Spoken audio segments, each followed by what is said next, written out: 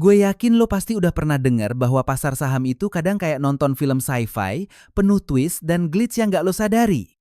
Nah, 2026 itu bukan cuma angka doang bro, tapi tahun di mana Matrix ekonomi mulai ngebug.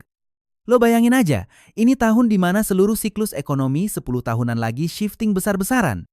Jadi, 2026 itu semacam pintu darurat buat sandwich generation yang pengen lari dari rat race sebelum inflasi gaya baru mulai ngencengin ikat pinggang lo.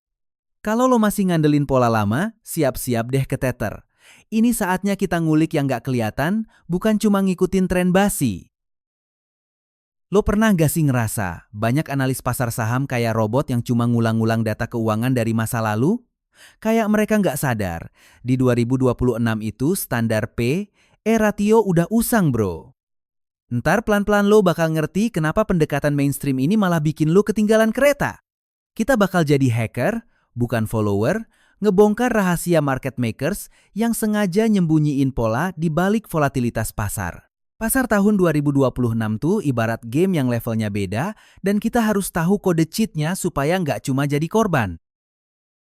Ngomongin soal psikologi pasar, lo harus ngerti bedanya smart money sama retail herd. Institusi gede itu jagonya baca gelagat sebelum pasar beneran lunglai. Mereka mulai sikat saham waktu cerita publik lagi negatif atau skeptis berat sama sektor tertentu, sedangkan investor retail malah kebawa perasaan FOMO pas harga udah terbang tinggi. Nah, tanda-tanda saham bakal naik itu ternyata sering muncul saat lo justru ngeliat orang-orang pada putus asa. Ini nih trik psikologinya si smart money. Intinya, jangan jadi kambing yang terus mengikuti herd cuma gara-gara berita miring bro. Tapi hati-hati juga, jangan sampai lu salah langkah kejebakan saham zombie.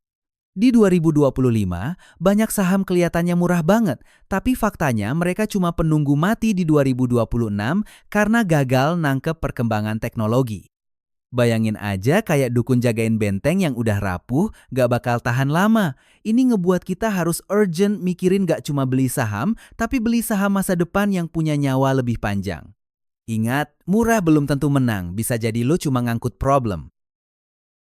Oke, ini bagian penting banget sesuai filosofi fulusologi, kayak itu soal siapa yang bisa mendahului arus, bukan cuma numpang di gelombang yang udah gede.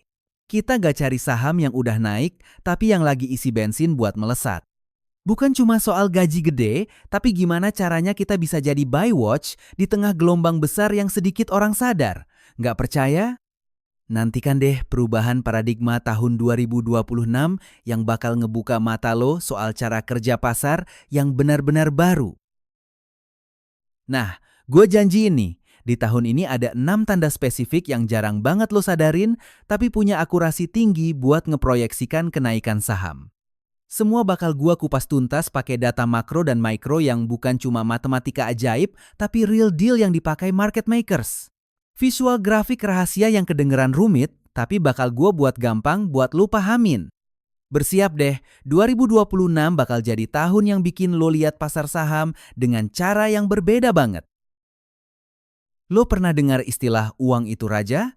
Nah, di 2026, raja-raja ini lagi pada sibuk banget ngatur kekuasaan mereka di balik layar pasar saham. Siklus suku bunga sama injeksi likuiditas dari bank sentral dunia kayak The Fed dan BI lagi nyetel ulang strateginya menuju titik equilibrium baru. Kalau lo mau ngerti bagaimana tekanan penurunan suku bunga bisa mendorong harga aset melesat, coba lihat rumus simpel ini. P Dr. JP Arnaiz GD. P itu harga aset, D dividen atau pendapatan, R suku bunga, dan G pertumbuhan.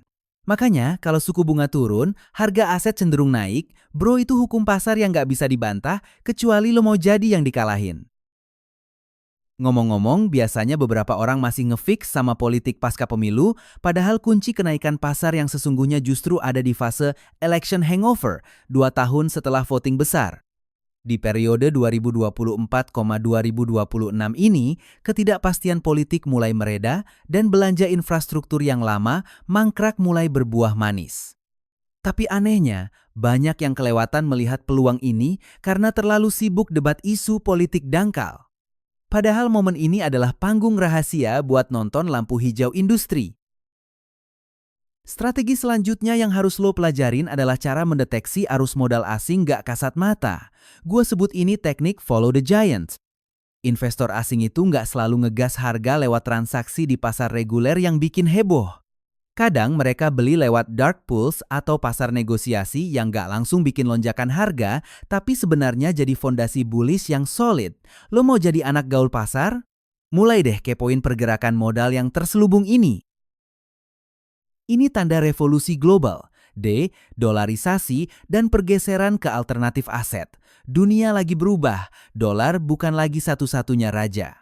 Investor mulai melirik emerging markets, termasuk Indonesia, yang perlahan tapi pasti jadi safe haven baru buat pertumbuhan real, gak cuma sekadar tambang atau komoditas doang.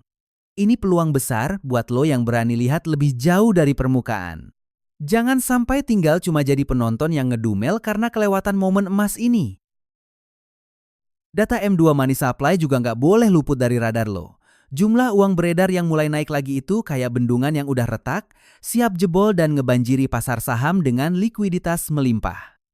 Kalau bendungan itu pecah, jangan harap harga saham bisa diam saja, pasti bakalan naik kayak roket. Ini analogi klasik yang nggak pernah salah di setiap gelombang pasar, tinggal lo yang mesti siap panen.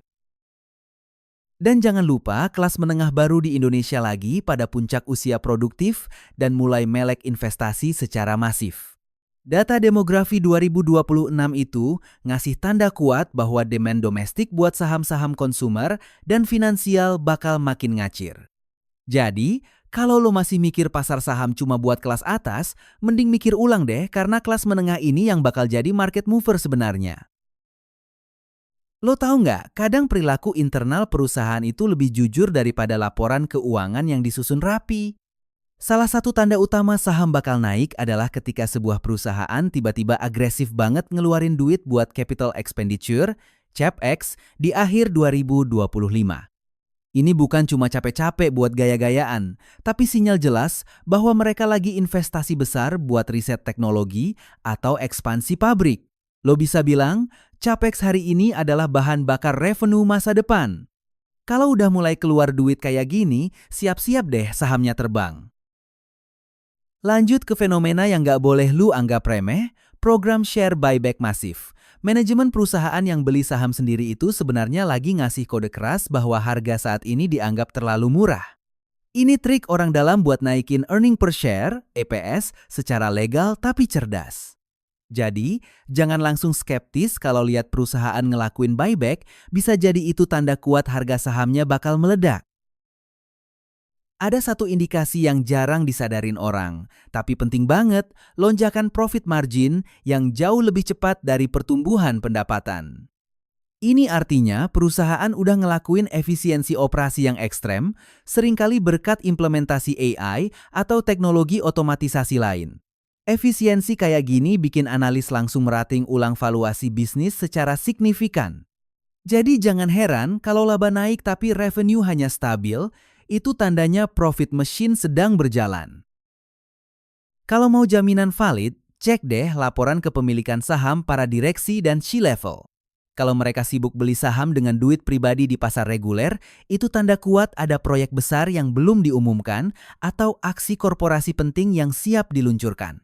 Insider buying yang konsisten kayak gini biasanya nggak bohong, karena mereka ngejaga reputasi lebih dari investor biasa. Jadi, lo wajib rajin pantau aktivitas ini buat ambil posisi lebih awal. Perusahaan yang berhasil restrukturisasi hutang jadi ekuitas itu biasanya punya peluang besar buat bangkit. Gak cuma stabil secara cash flow, tapi mereka bisa move on dari beban bunga yang mencekik. Ada banyak studi kasus nyata di mana perusahaan yang dulu diambang kebangkrutan tiba-tiba berubah jadi multi-bagger cuma karena ngatur ulang utangnya dengan cerdas. Jadi jangan remehkan yang namanya restrukturisasi, ini bisa jadi game changer di 2026. Terakhir, lu harus belajar cara baca bahasa tubuh manajemen saat public expose. Perhatikan perubahan nada dari yang selama ini terkesan bertahan atau defensif, jadi agresif dan ekspansif. Kalau tonnya berubah, bisa jadi mereka confident banget dengan prospek ke depan dan itu tanda awal tren positif yang bakal ngerek harga saham. Jadi jangan cuma dengar kata-kata, tapi perhatikan juga vibes-nya bro. Kalau lo masih ngandelin RSI sama MACD buat baca grafik saham, sekarang waktunya upgrade skill bro. Volume Price Analysis, VPA, itu ibarat sidik jari smart money yang lagi akumulasi diam-diam. Lo bakal lihat lonjakan volume tapi harga nggak banyak bergerak. Ini tanda institusi besar lagi beli pelan-pelan tanpa bikin pasar panik. Jadi jangan anggap volume rendah itu jelek, mungkin justru sebaliknya. Ngomong-ngomong soal relative strength line, ini beda banget sama RSI. Lo bandingin performa saham tertentu sama indeks IHSG secara langsung. Kalau sahamnya tetap modus sideways saat pasar lagi jatuh, itu sinyal top bahwa saham ini tahan banting dan siap ngegas kenceng nanti saat pasar rebound. Ini biasanya anak-anak tajir yang udah ngelok posisi duluan. Volatility Contraction Pattern alias VCP juga keren banget buat disimak. Biasanya harga saham sebelum naik besar-besaran bakal nangis dulu, alias volatilitasnya makin menyusut sampai kayak pegas yang lagi ditekan maksimum sebelum dilepas. Lo bisa bayangin ini kayak proses pembentukan tekanan yang akhirnya bikin harga loncat setinggi-tingginya. Jadi, jangan panik saat saham lo ngedrak kayak gitu, itu tanda kuat duit besar lagi ngumpul. Langkah selanjutnya, lihat footprint institusional di time frame besar seperti grafik bulanan. Biasanya tanda saham siap ledak tahun 2026 itu udah kelihatan dari pembentukan base selama 2,3 tahun sebelumnya, kayak pola cup and handle jangka panjang. Pola ini jarang gagal, jadi jangan buru-buru cut loss cuma karena harganya lagi sideways, apalagi pas orang lain lagi heboh panik. Di era digital, analisis sentimen media sosial juga penting nih. Lo bisa pakai alat pelacak kata kunci buat tahu kapan sebuah sektor mulai ramai dibicarakan secara organik, bahkan sebelum akhirnya booming di media mainstream. Ini rare banget karena biasanya info kayak gini cuma dimiliki investor institusi dan insider market. Jadi lo dapat keuntungan lebih awal kalau bisa baca tanda-tanda ini. Terakhir, jangan lupa pakai pendekatan intermarket analysis bro. Misalnya imbal hasil obligasi yang jatuh biasanya bikin saham teknologi mendadak menarik, atau naiknya harga nikel bisa nunjukin bahwa saham EV akan punya momentum. Pasar itu nggak berdiri sendiri-sendiri, tapi saling terhubung. Kalau lo ngerti korelasinya, lo bisa baca peta pasar global dengan lebih jeli. 2026 bakal jadi tahun yang seru banget buat lo yang pengen ngerti soal sector rotation. Fokus utama bakal bergeser dari perusahaan pembuat AI ke perusahaan yang gunakan AI buat mendominasi pasar. Contohnya, sektor retail dan perbankan yang bisa tekan biaya operasional sampai 40% gara-gara automasi. Jadi, bukan cuma soal teknologi canggih doang, tapi gimana teknologi itu dipakai buat ngasih nilai nyata plus cuan. Energi hijau nggak mau kalah bro. Tahun ini adalah momen di mana bursa karbon mulai berpengaruh langsung ke bottom line perusahaan energi terbarukan. Ini tanda fundamental baru yang sebelumnya belum pernah ada. Jadi, saham yang dulu cuma dijadiin tren sekarang mulai bertransformasi jadi primadona yang beneran nanggung untung. Jangan sampai kamu ketinggalan kereta, apalagi buat yang masih skeptis sama green energy. Masih soal hilirisasi, tahap kedua, downstreaming ini bakal jadi spotlight buat saham-saham yang mulai produksi barang jadi, bukan cuma bahan mentah. Margin keuntungan di sini bisa meledak karena nilai tambahnya jauh lebih besar. Lo harus paham kapan pabrik-pabrik mulai beroperasi penuh, karena itu nanti tanda kuat bahwa siklus keuntungan emiten bakal naik drastis. Upgrade cara lo baca laporan produksi dan ekspansi ya. Cerita sektor properti juga nggak kalah menarik. Biasanya properti jadi sektor lagging yang baru pesta di akhir siklus ekonomi. Nah, di 2026 ini tanda-tanda kebangkitan mulai kelihatan dari pertumbuhan KPR dan turunnya inventori pengembang. Kalau lo peka, ini bukan sekadar gosip pasar, tapi sinyal nyata bahwa cuan besar lagi menunggu di sektor properti meski lo belum ngerasain langsung sekarang. Nah, digital banking juga bakal jadi spotlight yang nggak boleh diabaikan. Transformasi bank digital dari fase boros modal ke fase panen laba mulai kelihatan. Metode cost of fund yang makin rendah jadi sinyal bahwa saham perbankan digital bakal segera meledak keuntungan. Pokoknya, digital banking di 2026 bukan sekadar cerita masa depan, tapi kenyataan yang mulai bikin investor senyum lebar. Last but not least, sektor health tech juga mulai naik daun seiring perubahan piramida penduduk dan populasi usia lanjut yang makin banyak. Pengeluaran untuk kesehatan meningkat, apalagi perusahaan yang mulai akuisisi rumah sakit atau ngembangin layanan kesehatan digital berbasis data. Ini segmen yang bakalan jadi jaminan keberlanjutan dan tren baru buat investasi jangka panjang. Jadi siap-siap masuk ke dalam sesi pesta yang nggak semua orang tahu. Di 2026, lo harus paham karakter mainnya. Strategi sniper lebih penting daripada shotgun. Maksudnya, fokus aja dulu ke 3,5 saham yang bener-bener kelihatan punya kualitas dan potensi besar daripada nyebar modal ke puluhan saham yang malah nyebelin sama nggak ngasih hasil maksimal. Nyari yang fokus dan tajam itu lebih mungkin bikin lo cuan besar dan bahkan bisa ubah hidup, bukan sekadar nambah receh. Tapi jangan lupa, paham manajemen risiko itu kayak punya tameng hacker. Lo mesti disiplin pakai aturan 1% risiko per transaksi supaya kalau analisa lo salah, kerugian nggak bikin lo hancur. Cara ngitung posisinya simple pakai rumus size risk amount entry stop loss size. Entry stop loss risk amount. Ini penting banget supaya modal lo aman sambil tetap punya peluang optimal. Jangan asal nekat tanpa pakai jurus ini, siap-siap aja masuk rumah sakit mental. Ngomong-ngomong soal psikologi, tahan diri saat harga saham fluktuasi itu gampang-gampang susah. Lo kudu inget nih, filosofi fulus itu soal sabar nunggu tapi cerdas menilai tanda-tanda bahwa tesis investasi lagi kejadian. Jadi jangan mudah panik lihat candle merah atau berita negatif. Ingat, yang sabar dan konsisten biasanya yang untung besar malah jadi kaya sesungguhnya. Lalu, apa yang harus lo lakuin dalam 24 jam pertama setelah nonton video ini?